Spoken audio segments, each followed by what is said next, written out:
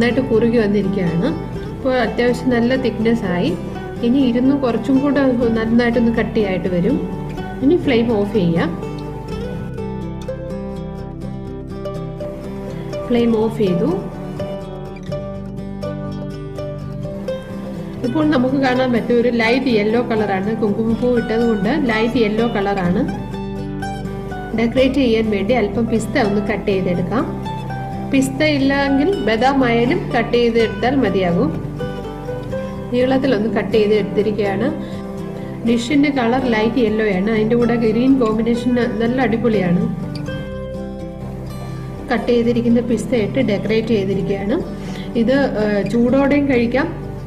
തണുപ്പിച്ച ശേഷം 2 മണിക്കൂർ ഫ്രിഡ്ജിൽ വെച്ച് തണുപ്പിച്ചതിന് ശേഷം ഒരു ഡെസേർട്ട് പോലെ കഴിക്കാവുന്നതാണ്. അടിപൊളി ടേസ്റ്റ് ആണ്. വീഡിയോ ഇഷ്ടപ്പെട്ടാൽ എല്ലാവരും ഷെയർ ചെയ്യണം, ലൈക്ക് ചെയ്യണം, സബ്സ്ക്രൈബ് ചെയ്യണം.